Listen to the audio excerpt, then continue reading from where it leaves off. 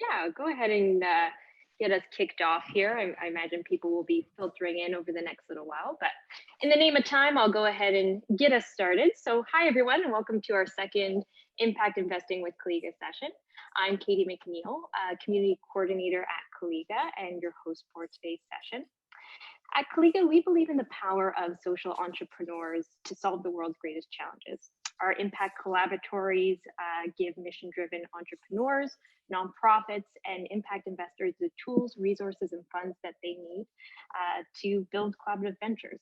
So it's so great to see so many of our innovators and entrepreneurs joining our call today. I see that we have Lance Malherber, our Ubuntu Studio lead, joining us. Lance is currently working with us on a virtual mental health project in South Africa. I believe we also have Tupper Bean joining us today from the Center for Effective Practice. He's working in our Ontario Impact Collaboratory on a digital health venture. A big hello to Victor Beausoleil from SETSI, working in our African Canadian Impact Collaboratory. And a big welcome to all of the folks who are helping us build ventures of mental health, homelessness, food insecurity. That includes Mark Jordan from TipTap, Scott Bryson from Orbital Farms, and Scott Robinson from PitchScore, who is one of our sponsors of the Impact Investing Program. So yes, and a big hello to everybody who is joining us on the call today. So happy to have all of you folks here with us. In the spirit of reconciliation, we acknowledge that we live, work, and play on the traditional territories of many nations, including the Mississauga of Credit, the Anishinaabe, the Chippewa, the Haudenosaunee, and the Wendat peoples, and is now home to many diverse First Nation, Inuit, and Métis people. So our session today will be an hour long, and it's all about building your personal impact investment thesis. So we'll learn how a strong impact investment thesis can help us use our capital to make a tangible difference while still getting a financial return. We'll then have a fireside chat with our special guest today, and please join me in welcoming David OLeary, founder of Kind Wealth and host of the celebrated Impact Investing podcast, who will share his perspective on the value of creating a strong impact investment thesis. We'll then finish off with an overview of our impact investing program and how your personal investment thesis can help you invest in opportunities that are the most meaningful to you. Following the session at 5 p.m., we'll be opening up breakout rooms. For those of you who are free, we encourage you to join us for breakout sessions to mingle and meet some of the participants on the call today. So Colleaga is all about connection and interaction. So we do encourage everyone to leave your video on. Just remember to leave yourselves on mute when you're not talking, and that's just to reduce any background noise. If you have any questions at all during our session today, you can reach out to myself, Katie McNeil, or Hugh Evans in the chat. Hugh Evans is our engagement lead, and you can find the chat just at the bottom of your screen. Following the session, if you are curious to find out any more information about Colleaga, you can head on over to our Health and Social Innovation community. This is where we post all of the updates about our work. We spotlight interesting things going on in the impact space. And it's actually where you'll come to take the actual impact investing courses right in our course section here. As community facilitator, I am always hanging out in this space. So if you have any questions or you want to find out how to best get involved in the opportunities going on at Colleaga, you can find me in this space here. So now I have the great pleasure of introducing you to Dr. Dan Gordon, board chair of Colleaga and lead for our impact investing program. Over you today. Thank you, Katie, and thank you all, and welcome to everybody who's joined us from all over the world. And it really is all over the world. I can see people here from South Africa. Welcome, Lance. I can see people from Ghana. Welcome, Victor. There are people here from the US, Saul, others. It's fantastic to be talking to a global community. This is the second call for members who are interested in joining our impact investing program for the first quarter of 2022. It's a bit of a truism to observe that today the world is pretty messed up. I think nobody needs a reminding of that. But from people to water to energy to air, we see seemingly impossible societal and environmental challenges all around us. It's easy to feel helpless. and to just throw our hands up and say, well, somebody else is going to fix it. And that could be, it's the government, it could be the multinationals, it could be the academics, the charities, the maybe COP26, or actually scratch COP26, they're probably not going to fix it. But all these groups have a part to play. But there is another set of actors who have a critical role in creating change. And that is all of us who are on this call today. We are the social innovators. We see an injustice and we think there's got to be a better way to do this. We're the entrepreneurial outlaws, the rebels who don't accept the status quo. We're the social entrepreneurs who see wicked problems, not as problems, but as incredible opportunities to act. And we together, and especially today, we are the impact investors who are driven by this idea that we can do well by doing good. Colleaga believes in the power of social entrepreneurs to collectively build companies that solve social problems, big and small. And animated by this belief, we build collaboratories and we go out and we find the best of the early stage businesses, we mentor them, we help them find customers, we refine their business models, we help them tell their stories and create their narratives. And together with you, we invest in them. And we're not alone. Colleaga Impact Collaboratories are part of a worldwide movement for change. One of our partners, Looney Leaves and the Fledge Accelerators, are on the call with us today. And we're linked into this global network of cooperative mission-based innovation programs and venture studios that bring together public, academic, and industrial innovators to collaborate on complex social and environmental problems. Our global vision is to impact the lives of 1 billion people. And together with our network of partners and collaboratives in North America and in Africa and Asia, we're on our way. Although we have a global vision, our collaboratories and our ventures are very focused and very local. We do only two things. We bring together the change makers and we ignite actionable funded collaborations from the synergies that emerge between us. Impact Investing with Colleaga is an immersive experiential learning program, bringing together impact investors with entrepreneurs looking to finance their ventures. And today's session is for those people who are considering joining our program. Today, we're going to discuss our personal impact investing thesis. That is, what are the factors that are most important to us personally when we make a decision to invest in a project? On our last call, we talked about impact investing as a matrix with a vertical dimension and a horizontal impact dimension.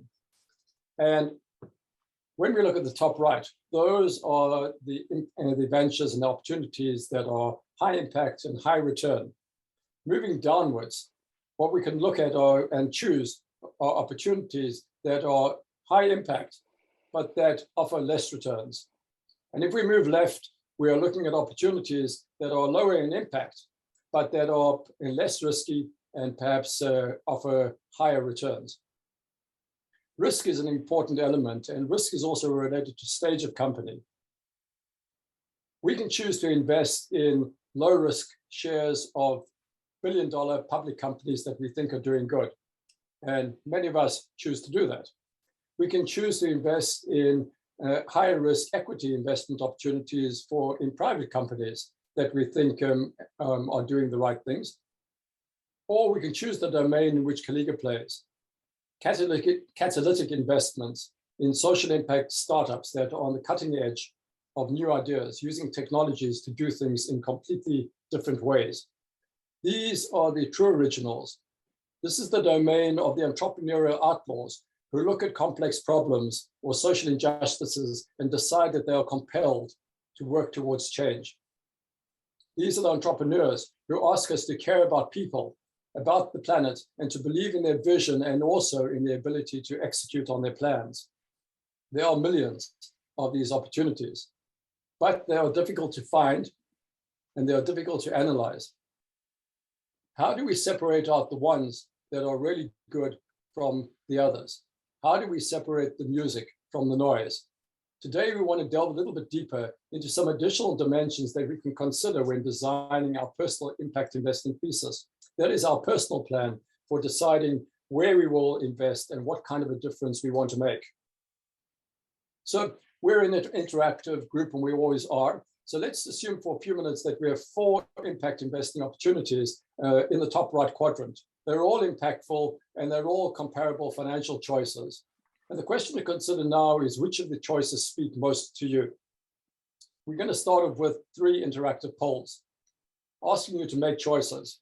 So for each of these impact investing opportunities, assume that the financial returns are comparable.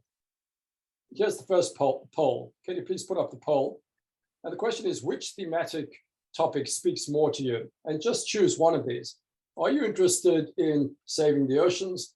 Are you interested in good health for all? Or are you interested in zero hunger? Let's just take a few seconds.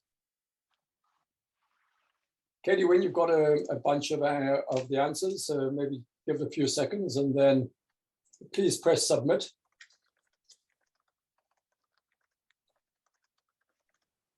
And here are the poll results. So what this is telling us is that healthcare is about half of us think that good health for all is the most important thing for you personally. The hunger is about a third of us, and the rest of us are interested in environmental cause. So let's now go to the second poll question, and building on that question, which really looked at only 3 of the 17 UN Sustainable Development Goals, let's now do a second poll. And here are 4 choices. And which of these would you invest in? And pick one of them. In the environmental category, would you invest in a company that is removing microplastics from the ocean? Would you invest in a company designing systems to detect opioid overdoses? Are you interested in virtual mental health for women? Or are you interested in the companies who are building community food growing systems? Again, pick one of these and press submit. And Katie, when we have the numbers, give it a few more seconds and let's take a look at the results.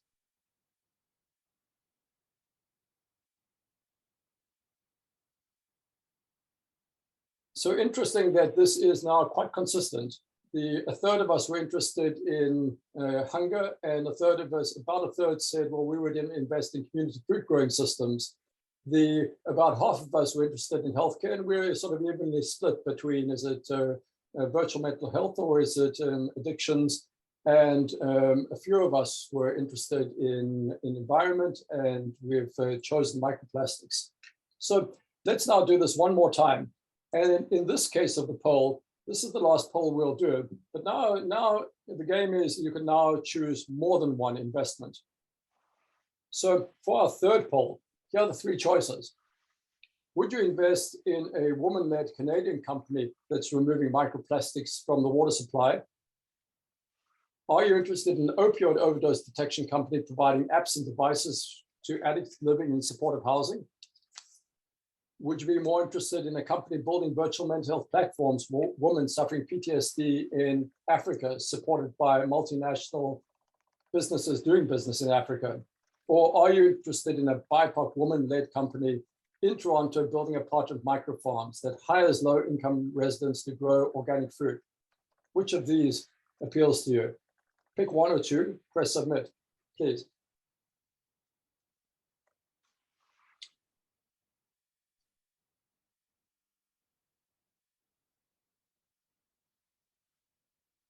And so here are the results. Not entirely comparable because we could have picked more than one result, but about half of us say woman-led and a Canadian company is what appeals to me. Some of us are looking at the opioid company, the mental health as well, and while hunger was low on our list at the beginning, now a lot more people are saying, well, if it's a BIPOC woman-led company and it's in Toronto, that speaks to me. What is clear from this kind of exercise is that we each value different things. And the more information we find about those things, the more our choices change. Some of us value local place-based impact. We want to create an impact in a city in which we live, or in a country in which we live, or in a continent that is meaningful to us. Other of us put a value on the kind of founder, whether it's women or indigenous founders or people of color or LGBTQ founders, or other groups who've been disproportionately under-resourced and underrepresented.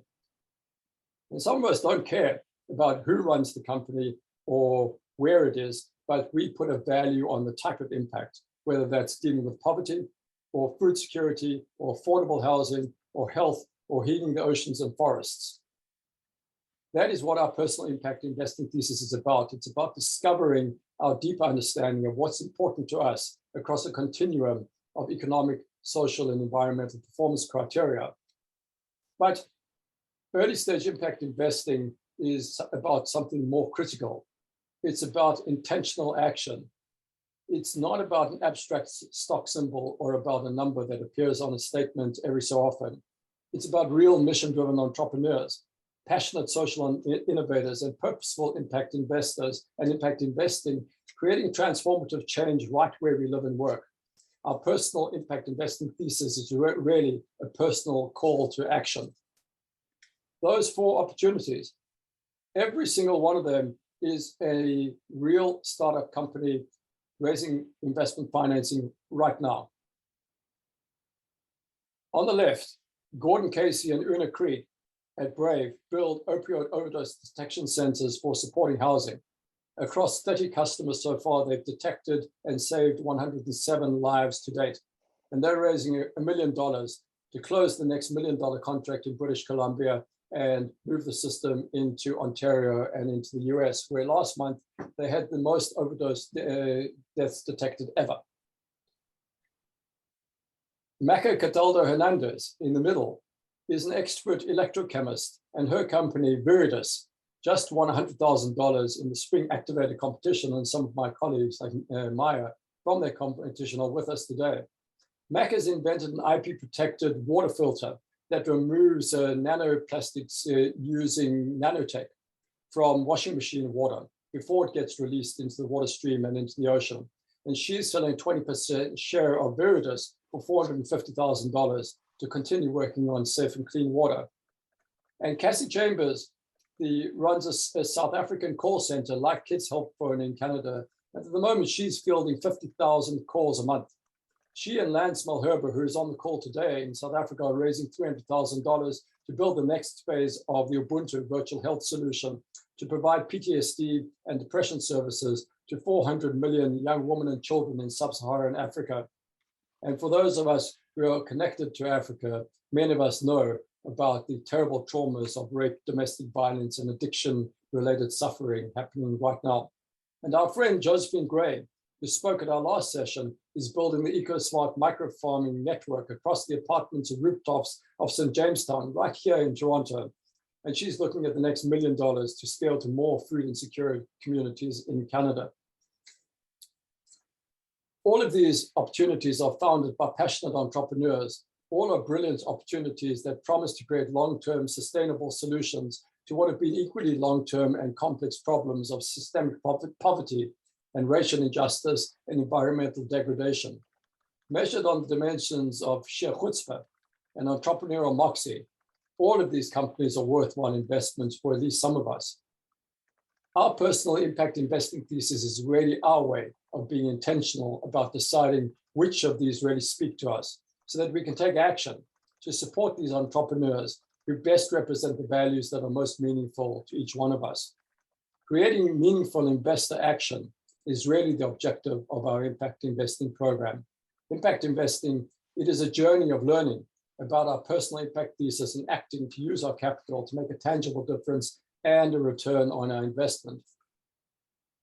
So with that, it gives me great pleasure and a privilege to introduce David OLeary to give his perspective on creating a personal impact investing thesis. David is a reformed free market capitalist and a gifted and connected podcaster who's spoken to some of the world's foremost impact investors as he's honed his understanding of the intersection of purpose and profit. David, welcome, and thank you for speaking to us. A big shout out for the Impact Investing podcast. It's really been a pleasure listening in and meeting you. Can you, David, please take us back to 2010 and tell us about your journey, starting off in Sierra Leone, and how your personal impact investing thesis evolved. Yeah, sure. Thanks for having me here, and thanks for the kind words, Dan. And it's really nice to see everybody here. This is just a great turnout. I'm really impressed. It's great to see so many people who care about this stuff in one Zoom chat. Yeah, 2010. So I'm, it's not a terribly uncommon and maybe a little bit cliche, but my life took a fairly dramatic turn when I met a girl who would eventually become my wife. This was in 2010 that we met, early 2010, and later that year I ended up taking a sabbatical from my work and spending some time in Sierra Leone. My wife comes from a long line of people who work in the humanitarian space, and so meeting her was pretty eye-opening. I hadn't spent any time really thinking about others and my impact on the world. I was fairly focused on saving and becoming financially independent and getting education. My parents kind of drilled the financial independence into us, and her family had dedicated their lives for multiple generations to helping others. And so I took some time off work and I volunteered with World Vision, which is the humanitarian organization that my wife works for and her mom had worked for as well. And I went to Sierra Leone, and I wanted to learn more about what the context my wife was working in, and what was appealing to her about that. And I went to learn about their work in microfinance because that felt like the closest thing at the time. I hadn't heard of impact investing. I think the term itself was only coined a couple of years prior in 2008, and I hadn't heard it yet. And so that microfinance felt like the closest thing I could find to my background in the investment world. And it was a very profound experience. I spent kind of close to 2 months there, and a couple of things stood out to me. I mean, one was the enormity of the inequality that I observed, and that was the first time I'd spent in any developing country. And Sierra Leone at the time was not that long out of a protracted and very violent civil war that was very visible and in your face. Buildings were, broken down, and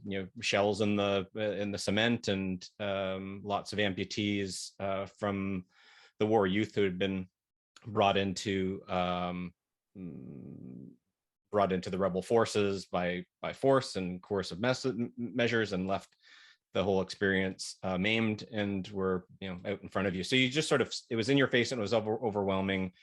And that left me very impacted by it. It sounds like a bad cliche, right? It's another white guy goes to Africa and talks about how changed he was by the experience. But I don't know how you visit a context like that and are not impacted by it. But what also stood out to me, while I left feeling very compelled by the inequality I was observing, I also left fairly discouraged, because it was very humbling to not know anything about a context, and to realize as you go through the process how things are just a lot more difficult than they seem from the outside when you're thinking about how do you solve some of these problems. And in particular, my background was in investments, and how can I help people who already have some money invest in well-functioning markets? What possible good could my background be in an environment where people don't have any investable assets, and there's no financial services industry to speak of? And so that was sort of the start of my journey. And over time, we ended up moving to South Africa. We spent 4 years living there, a lot of supporting a variety of community-based projects through sub-Saharan Africa with some money we had raised through our wedding. And I went on a learning journey. I spent probably about, that journey has just continued since 2010, and it continues to this day. But there was a real period of profound learning from both studying and traveling, and just watching my wife and observing. We were doing some basic monitoring and evaluation work. And I got to see poverty from a variety of different angles, all in a sub-Saharan African context, but it's a very diverse continent. And so that was a beginning of a process. I'll maybe stop there, Dan, and let you refocus me. Well, one thing I can say is that, yes, meeting one's partner is always eye-opening, and mine at least continues to change me every single day. Yeah. And I should always remember that. So when you then decided, look, I'm going to work for World Vision and sort of practice how to improve for kids at scale, how did that work out, and what was World Vision's impact investing program about? Yeah, so just to kind of make the timeline make sense, I had stayed in the traditional investment industry. I had relocated to South Africa, but was still doing the same type of work in mainstream investment management. I had moved back 4 years later. We'd had our first daughter, and I was starting up Kind Wealth and getting that off the ground. But at the same time I did that, World Vision had approached me because they were building an impact investment team and integrating it into their long-term strategy. And they knew that I came from the investment management world, and they liked that I had a complementary background to some of the existing team members that were already doing work in that space. And that felt very serendipitous because I had already volunteered with them so long ago and didn't see how I could be of any value. And then the whole field of impact investing was emerging and blossoming at the time, and it felt outrageously serendipitous that they needed somebody with my background to kind of come help out. And that was a very profound learning experience. I started the podcast not long after I started at World Vision because I was having a lot of really interesting conversations with a lot of interesting people and organizations doing some really unique stuff. And I thought I might as well record these conversations and let other people join that journey, learning journey. It's a shame that kind of hog that knowledge to myself. Do you want me to give a bit of a description, Dan, of some of the work that we were doing? Was that part of the question? Oh, sure.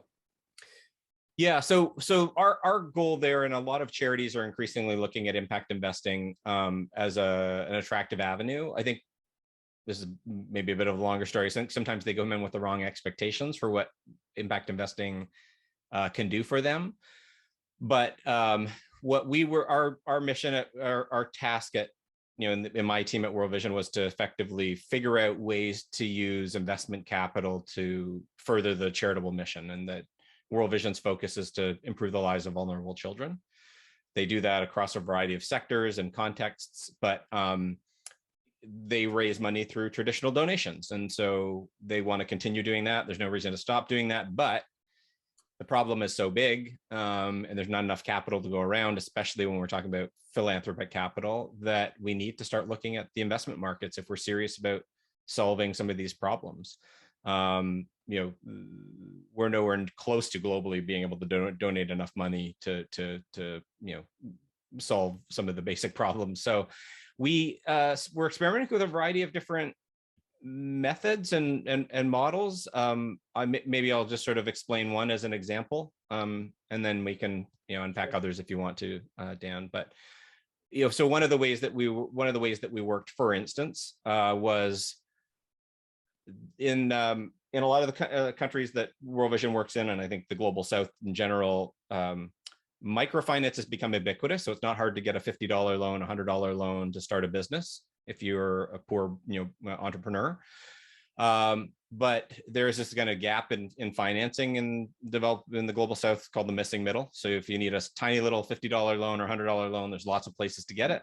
If you are a large organization and you can go to commercial credit markets and investment markets for 5 million, 10 million, it's out there. But if you need anything in the middle, so you need $50,000 or $100,000, it becomes exceedingly difficult. It's a ghost town. There's very few that are willing to do it. The micro lenders don't want to lend that much, and for the banks and the commercial markets, they don't roll out of bed for less than a couple $1 million. And so what happens is you can start a business easy, but if you want to grow it, it becomes exceedingly difficult. And we know that job creation comes from small and medium-sized businesses. That's where net new jobs come from all over the world.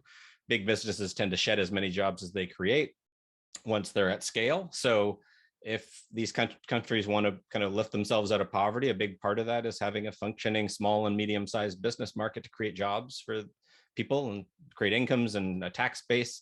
So we raised money we went to our existing high net worth donors and said, what if we could structure an investment? It's a 3-year fixed term investment. We'll pay you 3% annual interest. And with your investment dollars, we are going to lend it to small and growing businesses in the developing countries. And those businesses will pay us interest, and we'll cover our costs out of that interest payment and the rate of return to the investor. And so this was a way we could go and say, listen, you're already donating and supporting us with your donations. I imagine you have some portion of your investment capital you might be interested in. It's a short term, 3 years, fairly short term, low return proposition, but we were providing a guarantee that if they anything went wrong, we would make the investor whole. So it was a pretty safe investment, unless you thought World Vision was going to go bankrupt. And so we had some reasonable success there, and we did a lot of work around trying to measure the impact of that work. How many jobs were being created as a result of the lending we were doing? Not just were they creating these jobs anyway, but with our funding, were they able to create jobs, and were they going to men, women, youth? Were they full-time, seasonal, part-time? So we wanted to get a sense for the quality of the jobs that we were creating. So it's interesting, Dave, because I think that analogously here, what entrepreneurs, and especially social entrepreneurs, go through is the valley of death. And it's extremely difficult to get 50 grand. And sometimes 50 to $200,000 is just what you need in order, like all of those 4 examples. It's the first 100 grand that gets you the next 100 grand. And that's what sort of our role is, to fill that gap. Also, your observation about philanthropy, that this is not philanthropy. This is impact investing. And that firstly, the scale of philanthropic dollars is not enough, but also we need to keep philanthropic dollars for the situations where which only philanthropy can fill, like disasters and hurricanes, and those are not investment opportunities. So there's a real role for impact investing. You said that you were in World Vision, you were meeting with these fantastic people, and I've heard that your interviews with Sir Ronald Cohen, who coined impact investing, and Jed Emerson, who's sort of the, if I can coin a phrase, the OG of impact investing. And with, I was really fascinated by Farnaz Karim at Insign Group. What do you think of her use of the theory of change and the theory of scale and leverage to describe the way she thinks about her personal impact investing thesis? Yeah, I like it. I mean, so she talks about the idea of being able to. Sorry, you remind me of the 3, just because it just slipped my mind as you said it. I want to look at leverage. Maybe unpack it a little bit. Leverage, and then look at theory of change. Theory of change. Yeah, scale and leverage. So, theory of change. I'm not sure if everybody's kind of familiar with that, but that's essentially you need to have a mental model, a logical framework. In development circles, this term has been used for a long time. It's, I think, slightly different methodology, but the same idea, and they call it a log frame, so a logical framework, which is if I'm tackling a problem, I need to have some theory about what the problem is and how it needs to be solved. And at a minimum, I kind of use that. People talk about how do you determine whether something's an impact investment or something, or a founder is running a social enterprise. For me, if they don't have there's no one right answer to this, by the way, but for me, if they don't have a theory of change, I wouldn't consider them a social enterprise. If you haven't gone to the minimum level of work to just theoretically think about the problem and how you're solving it, then you're probably not all that committed to the impact. Impact measurement, measuring and managing your impact over time is a much harder thing and at a bigger level of commitment. So early stage entrepreneurs, I wouldn't necessarily expect them to always have that. But so she talks about having a theory of change. She talks about having the ability to scale that. So, can we ramp this up if it's successful? How far can we take this? How many people can we impact? And can we bring in, and then she talks about leverage, which is, can we bring in other investors? Can we crowd, in additional capital by making this investment? Is this going to unlock, or are we going to get it past a critical stage where maybe other investors, we're going to get it to a stage where other investors will come in and we no longer have to play a role there. So we're getting through those roadblocks. So if we're talking about the missing middle of finance as an example, if there's very few investors willing to do those $100,000 to $500,000 deals, well, let's step in there. And then once they get to the next round, when they need 2 million, well, great, there's others that can do that. We don't need to play there. So that's the idea of kind of leverage. And I think it makes a lot of sense. She thinks about, an impact investment should have those three things. The only place where I might differ a little bit from Farnaz is, and I don't think she would necessarily disagree with this, but it may be an additional kind of nuance, is I don't care so much about scale in the short term.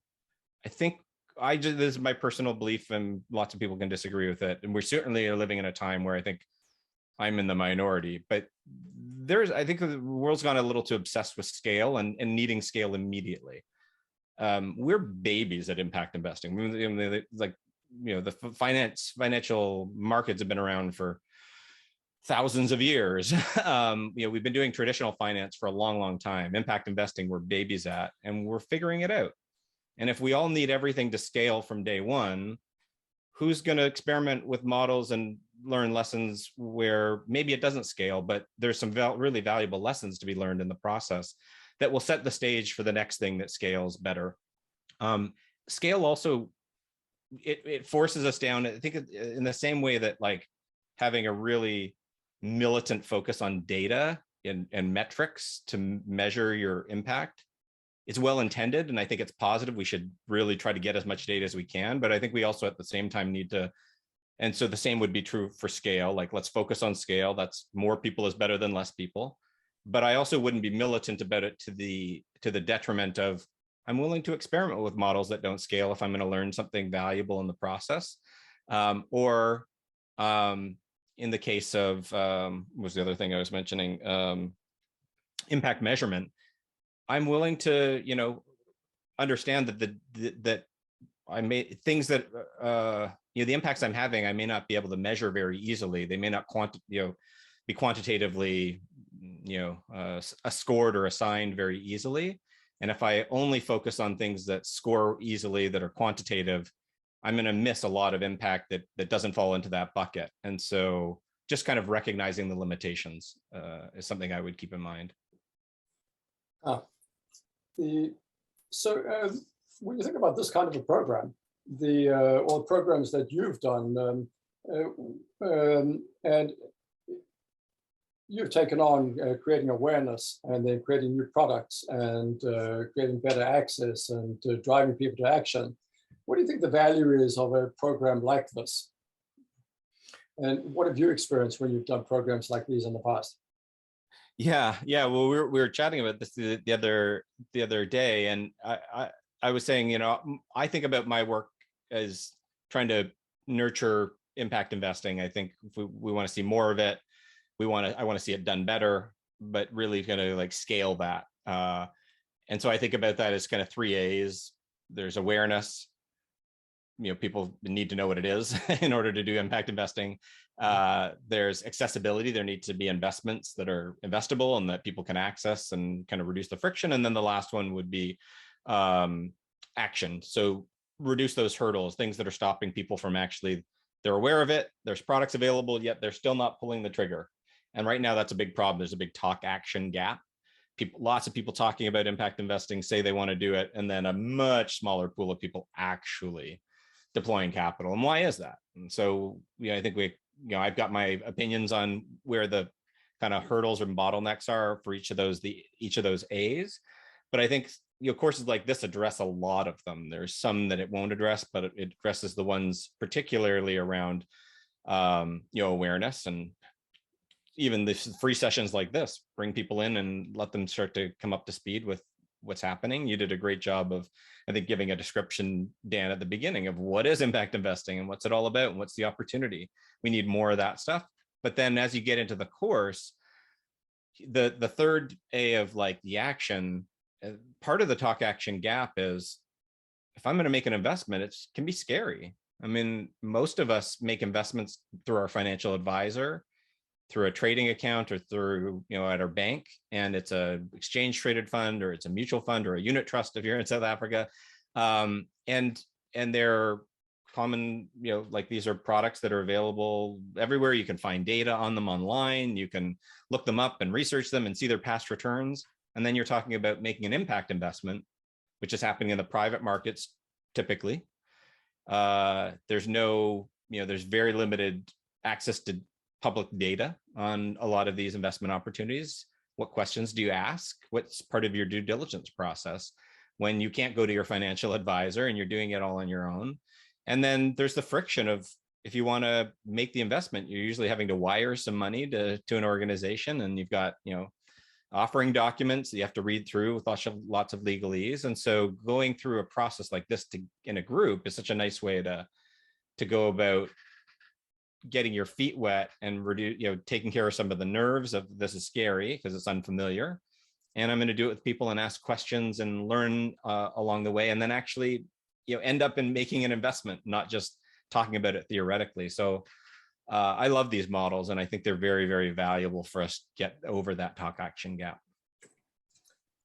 David, thank you, and thank you for all that you do, and especially for the way that you share your knowledge and your experience so freely. For everybody, please log into the podcast, leave comments. They really are fantastic. So those are some thoughts around around this kind of program, and reasons to think about doing it. This program around impact investing with Colleaga is around challenging myths that we are told that we should believe. For example, that impact investing is only for ordained financial priests and it's too complicated. For regular folks like us, I think that it is as simple as making a choice and then writing a check. And our job in the Impact Investing with Colleaga program is to make that as painless and seamless and frictionless as possible. I think another myth is that there's no place in investing for values. And I think that is also a myth, especially today when we are seeing that the planet is en route to blowing past 1.5 degrees in warming, and with the effects of pandemic all around us. I think impact investing is also about the idea that we can make a difference and we can support the causes and the innovators that we care about. And I think the other myth is that the problems are too big and they're too complicated and they're too insoluble, and that somebody else is going to do it. I think that this course and impact investing is about understanding that every little bit helps. And then when we individually each take action, we make a difference. And that's why we're running this program. It's so that regular, normal people like us are aware of the field, that we are creating access to some great products, and we're taking small but effective investment actions to support the outlaws who are changing the world for somebody else. And when we are part of that change, and we are part of the change that we would like to see, when we meaningfully engage in small actions to improve the lives of others, that is when we enhance our own lives. Our Impact Investing with Colleaga program is an immersive learning experience. You're going to join a cohort of emerging impact investors who share a passion for making the world a better place and want to connect and collaborate with each other. The program is designed to give you the tools and resources you need to actively investigate startups, to learn how to do due diligence, and how to confidently invest in social and environmental impact startups that you value. Every accredited participant in the program contributes $10,000, and we pool that into a single special purpose fund that is set up specially for this purpose.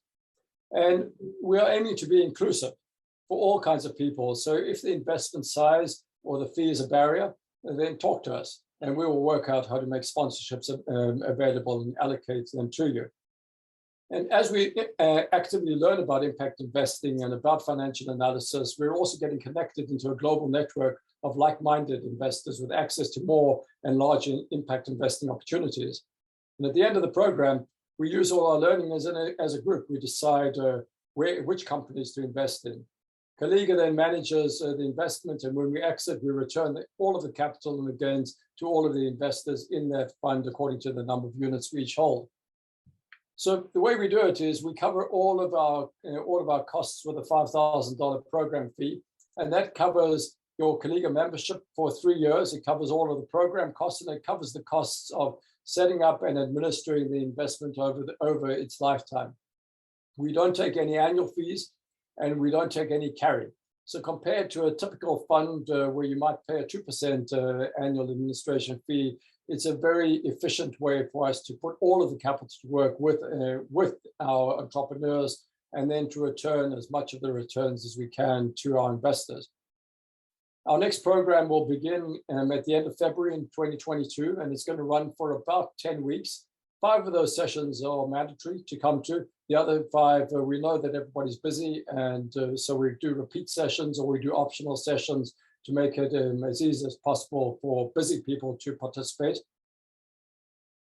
Prior to the start date, we're going to have another 3 free sessions like this, and I'd like to call out and ask Victor Beausoleil to put in his camera and wave hello to everybody. Victor is a fantastic, truly an amazing person among us. He has started social economy with social inclusion, the SETSI movement, and Victor is going to talk to us about his approaches. We're going to close registration for our next cohort on January the 31st, and we've got a limited number of available seats because we're keeping our class small. We're already filling up, so please, if you want to get involved, make sure to sign up so that you can secure a spot. Hugh shared the registration link in the chat, so please fill out the form and signal your interest, and our team will follow up and with our next steps.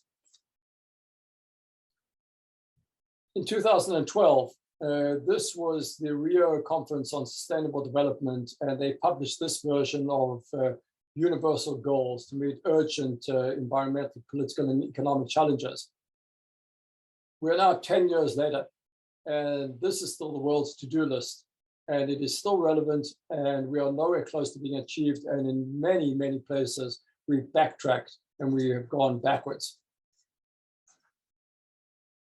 Impact investing with Colleaga is our way of saying, let's deal with the world's to-do list. It's about asking, as Mark Carney has pointed out in his new book on value or values, it's about our role in asking the right questions. Why should I be an impact investor? And what is the best way that I can contribute? And as we ask the questions, work through our options, we're also finding out about trends and sectors and emerging leaders. Impact investing with Colleaga is like a detector for the future. It's an efficient way to discover where the really smart and the big money is being placed and will be made as trillions of dollars in climate change and social innovation infused into the capital markets. Impact investing with Colleaga is about illuminating the outlaws who are literally experimenting with new ways to transform the world. And it's about the actions that we can take to fund those outlaws and those rebels working on behalf of vulnerable and marginalized groups. By acting together, we become a catalyst in the story of their successful innovation and a necessary element in generating transformative change. By supporting them with a little bit of our capital, we are directly participating in truly changing the world for other people that we care about.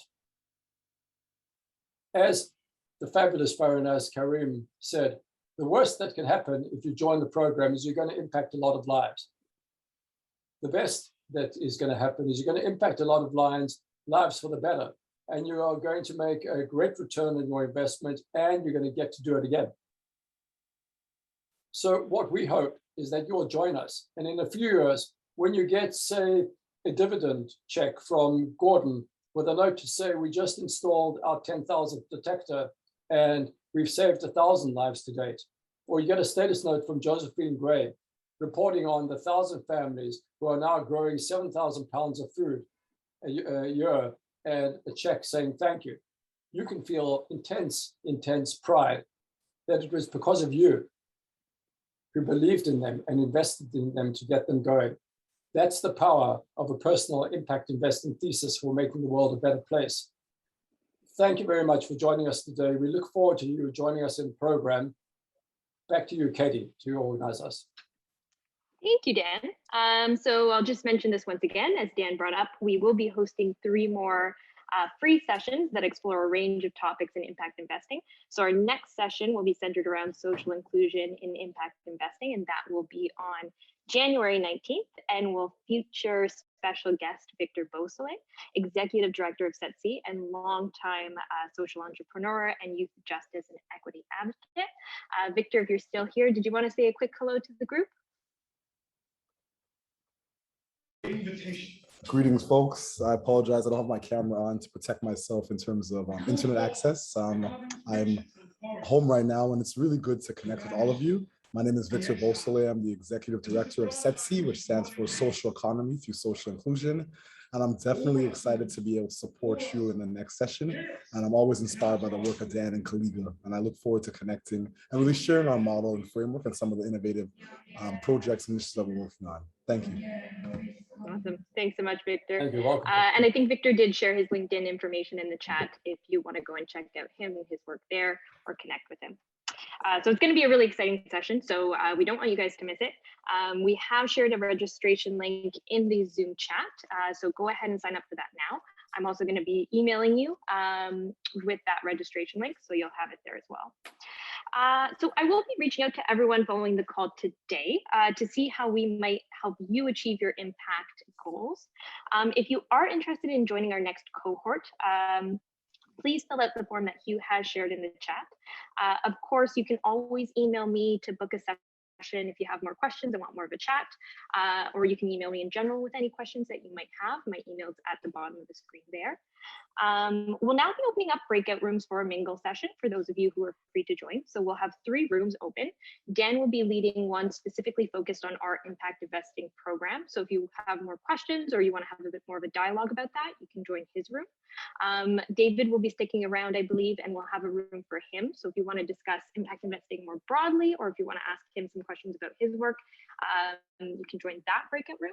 Hugh and I will be in a 3rd breakout room. If you're a venture or a company looking for financing, you can join our room to see how Colleaga might help you out there. So you can self-select into any of those rooms. We'll be opening up them in just a few moments. Thank you everyone for joining today. It was a lot of fun. Great to see you all join. Please reach out with any questions or curiosity, and we look forward to seeing you all soon. Thank you, everybody.